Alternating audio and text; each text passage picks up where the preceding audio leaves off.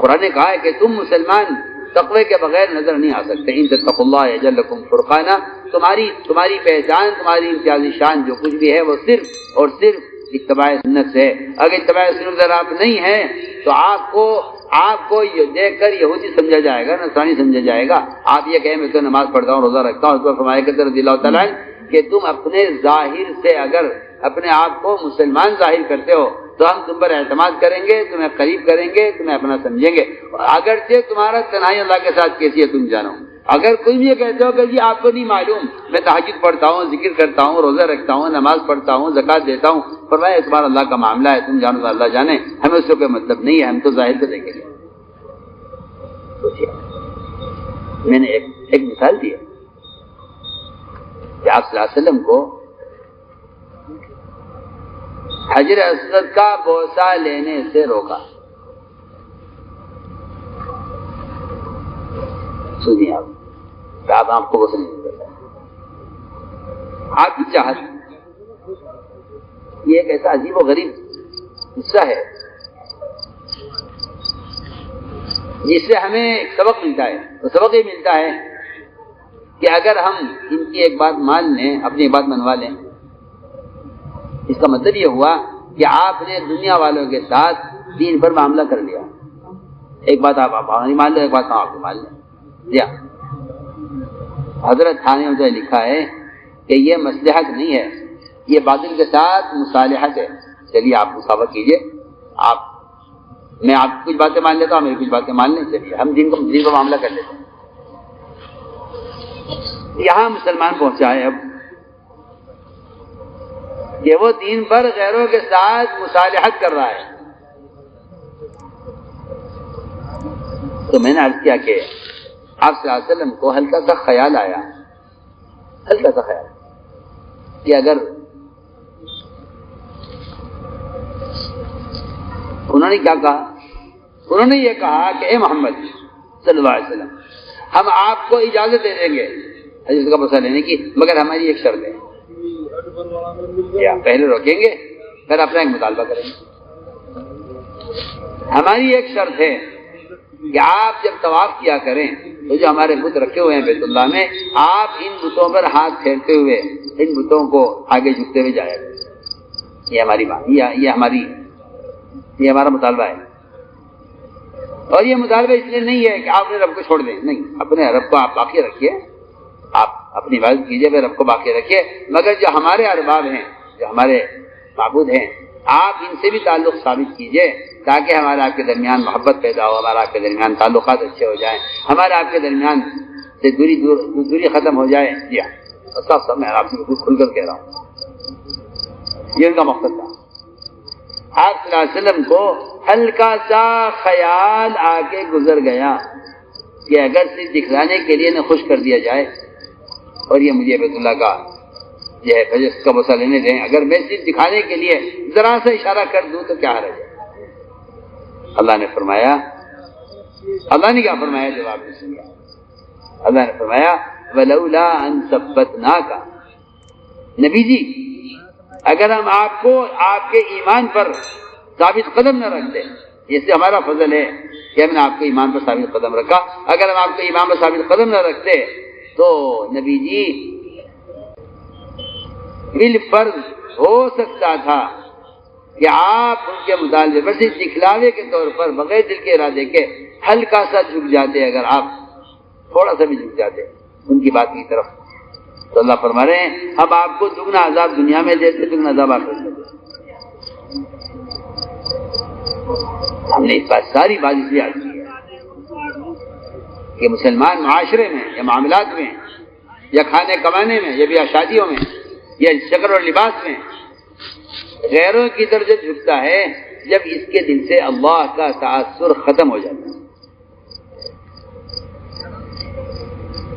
جب اس کے دل سے اللہ کا تاثر ختم ہو جاتا ہے پھر اسے چار و ناچار اس سے جھکنا پڑتا ہے غیروں کے سامنے، کیونکہ اس کی طرف جھکنے کا حکم تھا، اس کی طرف جھکا نہیں. اب اس کا طبیعت کا میلان غیروں کی طرف ہو، اس لیے ہم عرض کرتے ہیں ہر مسلمان کے ذمے فرض عین ہے کہ وہ اللہ کی توحید کو خود بیان کرے اور اس کے لیے وہ فارغ کرے میں اللہ کو ایک مانتا ہوں، یہ کافی نہیں ہے. میں اللہ کو ایک مانتا ہوں یہ کافی نہیں ہے. یہ اللہ کا آپ اللہ کو ایک مانتے ہیں، آپ ابھی کفر سے نکلے ہیں. بتائیے آپ، جو چوزا انڈے سے نکلا ہو کیا اس کو غذا کی ضرورت نہیں ہے؟ اس کی تقویت کی ضرورت نہیں ہے؟ ایک عرصہ یہ چوزا اپنی مرغی کے پروں کے ماں کے پروں کے اندر رہتا ہے کہ ابھی اتنا کمزور ہے کہ صرف اس کا انڈے سے نکل آنا، اس کی حیات باقی نہیں رہے گی اگر اس کو مرغی کی سیک نہ ملی، اگر اس کو غذا نہ دی گئی. میں تو بالکل واضح کرتا ہوں، ایک آدمی اگر یہ سمجھتا ہے کہ میں مسلمان ہوں تو میں کہتا ہوں اس کا مسلمان ہونا اس کے کفر سے بچنے کے لیے کافی نہیں ہے. مسلمانوں میں ارتداد کیوں ہے؟ کیا وجہ ارتداد؟ مسلمانوں میں ارتداد کیوں ہے؟ کیا وجہ ارتداد کی؟ ارتداد کی صرف واحد وجہ یہ ہے کہ جو مسلمان میں دین کا داعی نہیں ہوگا وہ مسلمان باطل کا مدعو ہوگا، جو باطل کا مدعو ہوگا مرتد ہو جائے گا. صاف ہوگا.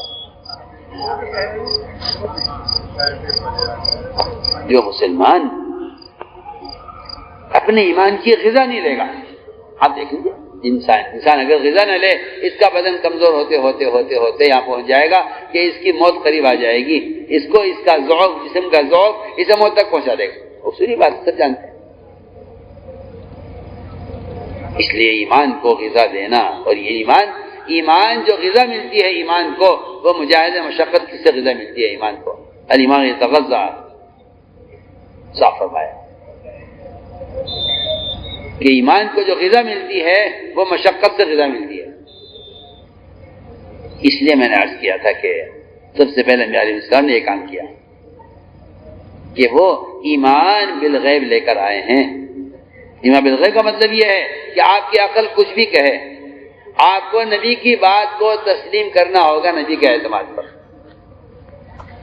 عقل انکار کرے گی، عقل انکار کرے گی، عقل انکار کرے گی، نبی خبر دیں گے. میری سوچنے کی بات ہے کہ صحابہ کرام باہر کے بڑے بڑے ملکوں میں اور بڑے بڑے بادشاہوں کے سامنے جا کر متاثر کیوں نہیں ہوئے؟ اس لیے کہ ان کا یقین غیب پر تھا. میں ایمان بالغیب کی ایک مثال عرض کرتا ہوں کہ عقل اور خبر، عقل اور خبر، نظر اور خبر. نظر عقل کے ساتھ ہے، نظر عقل کے ساتھ ہے، اور خبر یہ خبر غیبی ہے، خبر نبی کے ساتھ ہے. عقل نظر امتی کے ساتھ ہے اور خبر نبی کے ساتھ ہے. آپ صلی اللہ علیہ وسلم نے خبر دی. اس میں ایمان والوں کا امتحان تھا کہ دیکھیں ایمان والے اس خبر پر ان کے ایمان کا کیا حال ہوتا ہے، بڑھتا ہے یا گھٹتا ہے، انکار کرتے ہیں یا اعتراف کرتے ہیں. اللہ نے امتحان دیا. آپ صلی اللہ علیہ وسلم کو اللہ تعالیٰ نے ایک سفر کرایا معراج کا، یہ ایمان کے سیکھنے کے لیے اور ایمان بالغیب کے لیے ایک بہت بنیادی سبق ہے، بنیادی مثال ہے. ورنہ میں کہتا ہوں آپ سے اگر کوئی یہودی یا کوئی غیر مسلم کوشش کر کے چاند تک پہنچ جائے تو مسلمان ہاتھ ملتے رہ جائیں گے. مسلمان یہ کہیں گے ہم نے کچھ کوشش نہ کی ورنہ ہم بھی آج ان کی طرح اوپر ہوتے اور ہمیں بھی عزت ملتی اور ہم بھی چاند پر جانے میں پہل کرتے. آپ سوچیے تو صحیح، غور تو کریں. آپ جس چاند کو محمد صلی اللہ علیہ وسلم انگلی کے اشارے سے کاٹ کر دکھلا رہے ہیں، آپ اس چاند پر جانے کی تمنا کر رہے ہیں. آپ سوچیے آج اگر باطل ترقی کر لے اور آپ یہ کہیں کہ کاش یہ کام ہم کرتے. سوچیے جس چاند کے 2 ٹکڑے کر کے محمد صلی اللہ علیہ وسلم اپنی انگلی کے اشارے سے، یہ نماز کا اشارہ نہیں ہے، یہ ایک عبادت سے بعد اشارہ ہے. علماء نے لکھا ہے اس دن کا آپ کا اشارہ ایسا قوی تھا، اگر آپ اس دن اشارہ کرنے میں آسمان کا ارادہ کر لیتے تو اللہ تعالیٰ آسمان کو پھاڑ دیتے. آپ تو چاند کی بات کر رہے ہیں. اگر حضور محمد صلی اللہ علیہ وسلم ارادہ کر لیتے آسمان کے پھاڑنے کا تو آسمان پھٹ جاتا. اتنی قوت اس دن آپ کے اشارے میں تھی. تو میں نے عرض کیا کہ حضور اکرم صلی اللہ علیہ وسلم کا سفر معراج ہوا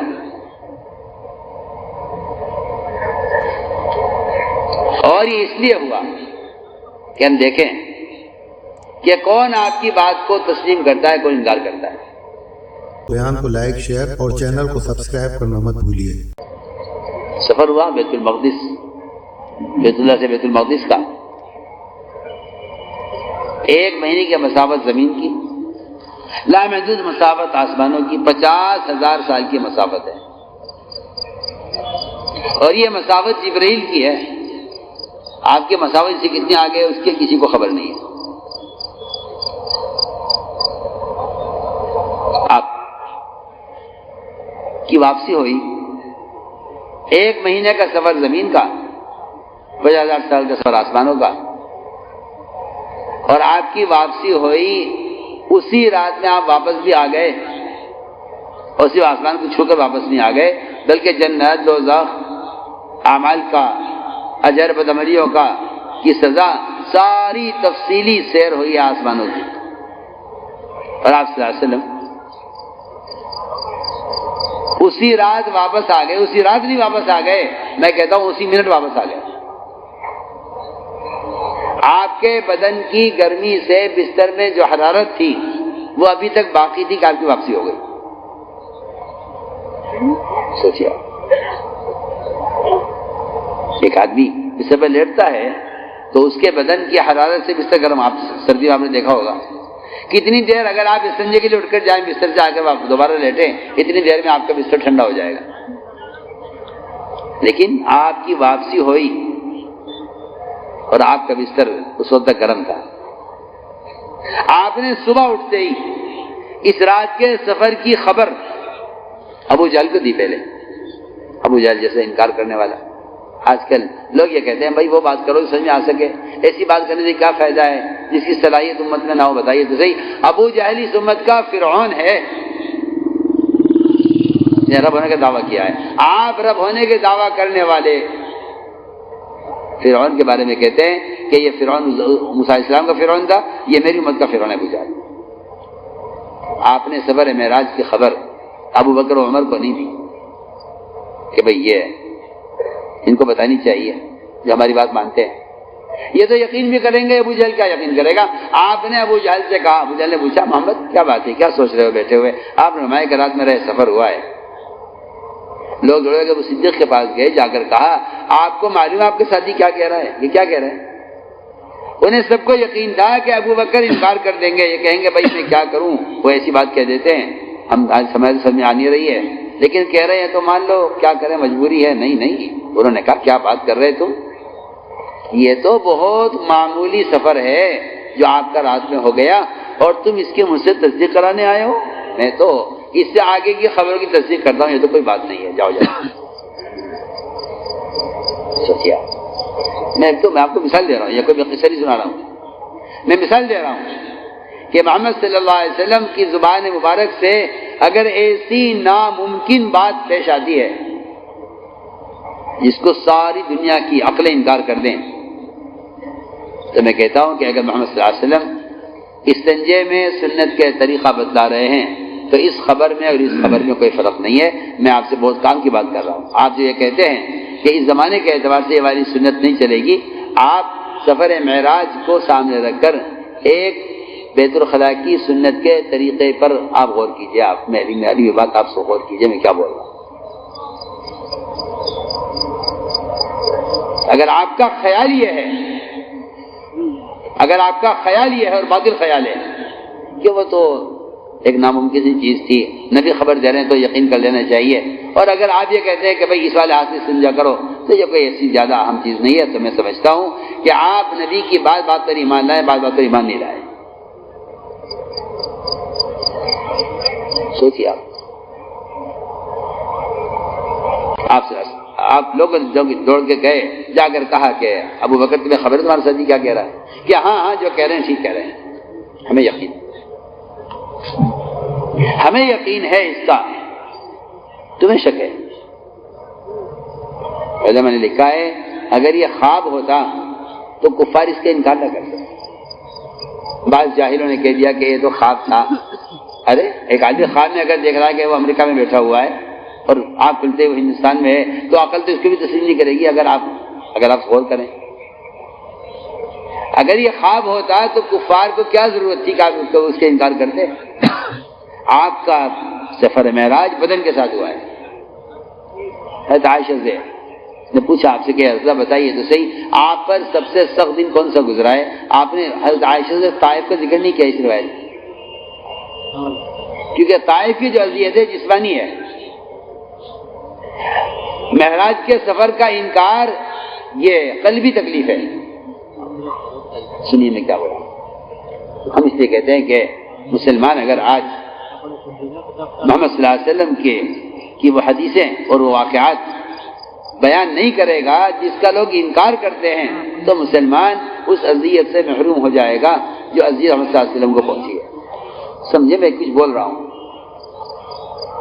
اگر آپ یہ کہیں کہ یہ واقعات ان کی اب ضرورت نہیں ہے تو میں سمجھتا ہوں کہ آپ نے ان واقعات کو ہی اڑا دیا جو آپ صلی اللہ علیہ وسلم کی اذیت کے واقعات ہیں۔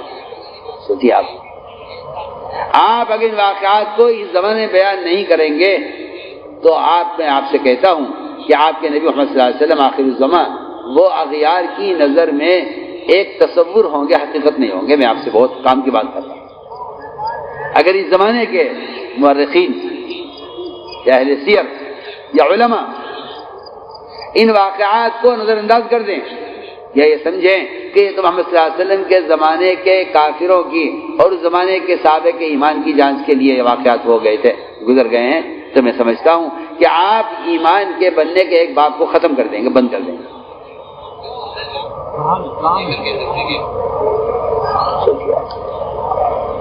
جو اہمیت مسلمانوں کے لیے احکام شریعت کا بیان کرنے کی خدا کی قسم اس سے زیادہ اہمیت علماء اور مسلمانوں کے لیے اللہ کی توحید کے بیان کرنے کی ہے۔ یہ علماء نے لکھا ہے، میں کوئی خیالی باتیں نہیں کرتا، علماء نے لکھا ہے کہ احکام کا علم بذات مقصود نہیں ہے، احکام کا علم عمل کے لیے مقصود ہے، اللہ کی توحید کو بیان کرنا بذات مقصود ہے۔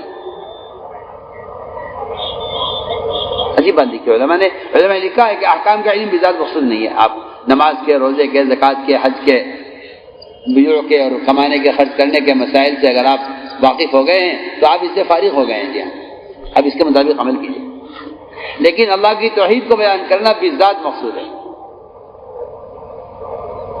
چنانچہ آپ نے پوچھا، حضرت عائشہ نے پوچھا آپ سے کہ یا رسول اللہ آپ پر سب سے سخت دن قریش کی طرف سے کون سا گزرا جس سے آپ کو سخت اذیت ہوئی ہو؟ فرمایا عائشہ سب سے سخت دن وہ دن تھا جب میں سفر معراج سے واپسی ہوئی میری، تو میں نے تمہاری قوم قریش کو خبر کی تو مجھے حتیم کے پاس گھیر لیا مشرکین نے اور مجھ سے سوالات کیے کہ اگر آپ سچے ہیں تو بتائیے بیت المقدس کا نقشہ، دروازے کتنے ہیں، کھڑکیاں کتنی ہیں، سکون کتنے ہیں اور اس کے کالم کتنے ہیں اور اس کی دیواریں کتنی ہیں؟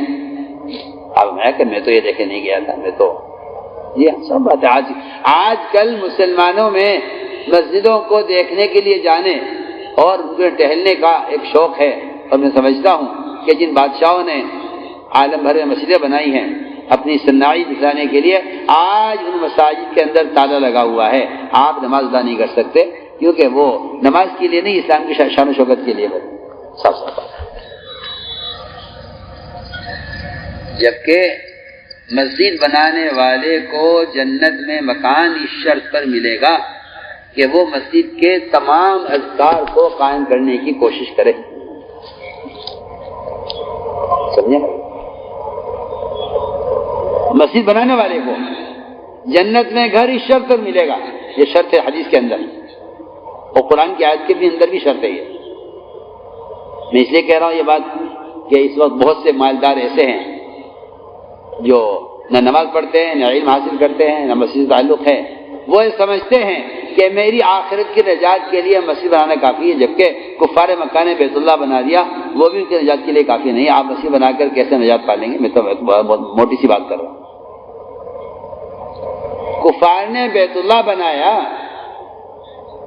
کیا بتائیے کیا کفار بیت اللہ بنا کر کامیاب ہو جائیں گے آخرت میں کہ نہیں؟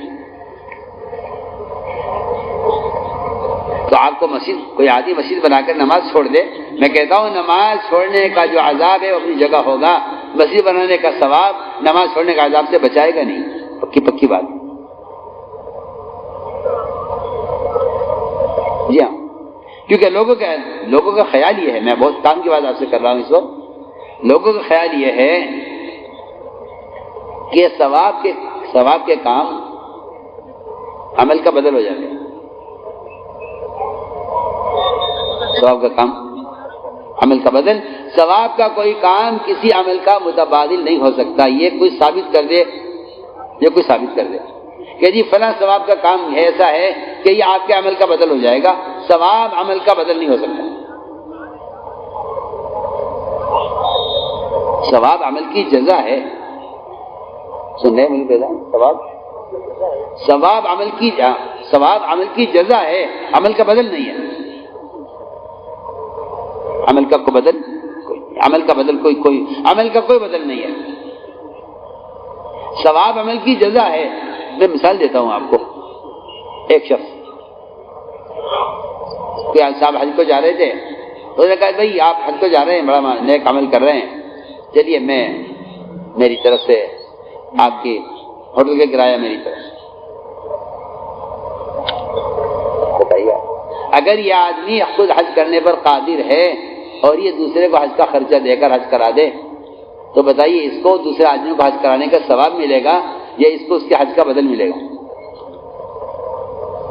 یہ پکی بات.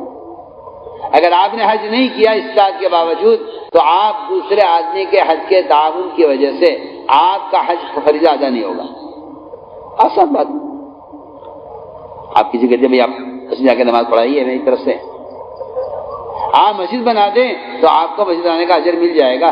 لیکن اگر آپ یہ چاہیں کہ آپ مسجد بنا کر نماز چھوڑ دیں، تو مسجد کا بنانا نماز چھوڑنے کا عذاب سے نہیں بچائے گا. میں آسان مثال دے رہا ہوں.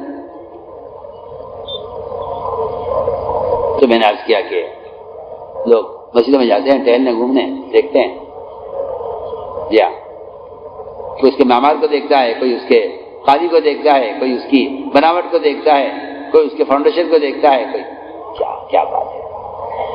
آپ غور کیجئے 10 سال ہو گئے آپ صلی اللہ علیہ وسلم کو ہجرت کر کے، 10ویں سال سن 9 ہجری میں تیمہ داعی نے مسجد نبوی میں چراغ جلایا. اس سے پہلے مسجد نبوی میں چراغ نہیں تھا. چراغ جلا ہے مسجد نبوی میں سن 9 میں جا کر، کیونکہ سن 9 میں تیمہ داعی ایمان لائے، سن 10 کی وفات ہو گئی. 9 سال آپ اور آپ کے صحابہ کو مدینے میں کو آباد کیے ہوئے ہو گئے. کسی کو خیال نہیں آیا کہ مسجد میں چراغ ہونا چاہیے. حالانکہ مدینہ منورہ، وہ آتا ہے روایت میں کہ بہت سانپ بچھو بہت ہوتے تھے مدینہ منورہ میں، لیکن کسی کو خیال نہیں آیا کہ مسجد میں چراغ ہونا چاہیے. سوچیے. تو میں نے عرض کیا کہ آپ صلی اللہ علیہ وسلم نے فرمایا کہ میں تو بیت المقدس کو ایسے دیکھنے نہیں گیا تھا، میں تو وہاں نماز امامت کرنی تھی. سوال اس بات کا ہے کہ اتنی جلدی آپ چلے بھی گئے، آ بھی گئے، اور آپ کے بستر بھی ٹھنڈا گرم رہا، ٹھنڈا نہیں ہوا. یہ سب چیزیں ہم نہیں مانتے. اللہ تعالیٰ نے بیت المقدس آپ کے سامنے پیش کر دی. آپ نے سب دیکھ کر بتا دیا کہ یہ دروازے ہیں، یہ کھڑکیاں ہیں. انہوں نے جن کے مقدر میں ایمان ہوتا ہے وہ ایمان لے آتے ہیں، جن کے مقدر میں ایمان نہیں ہوتا وہ نبی کی بات کو سحر کہہ کے بات ختم کر دیتے ہیں کہ یہ تو جادوگر ہیں. ابو سفیان کو خیال آیا کہ اگر میں اس وقت ان کی یہ بات ملکوں میں لے جاؤں، باہر کے ملکوں میں جا کر اگر میں یہ بات پہنچا دوں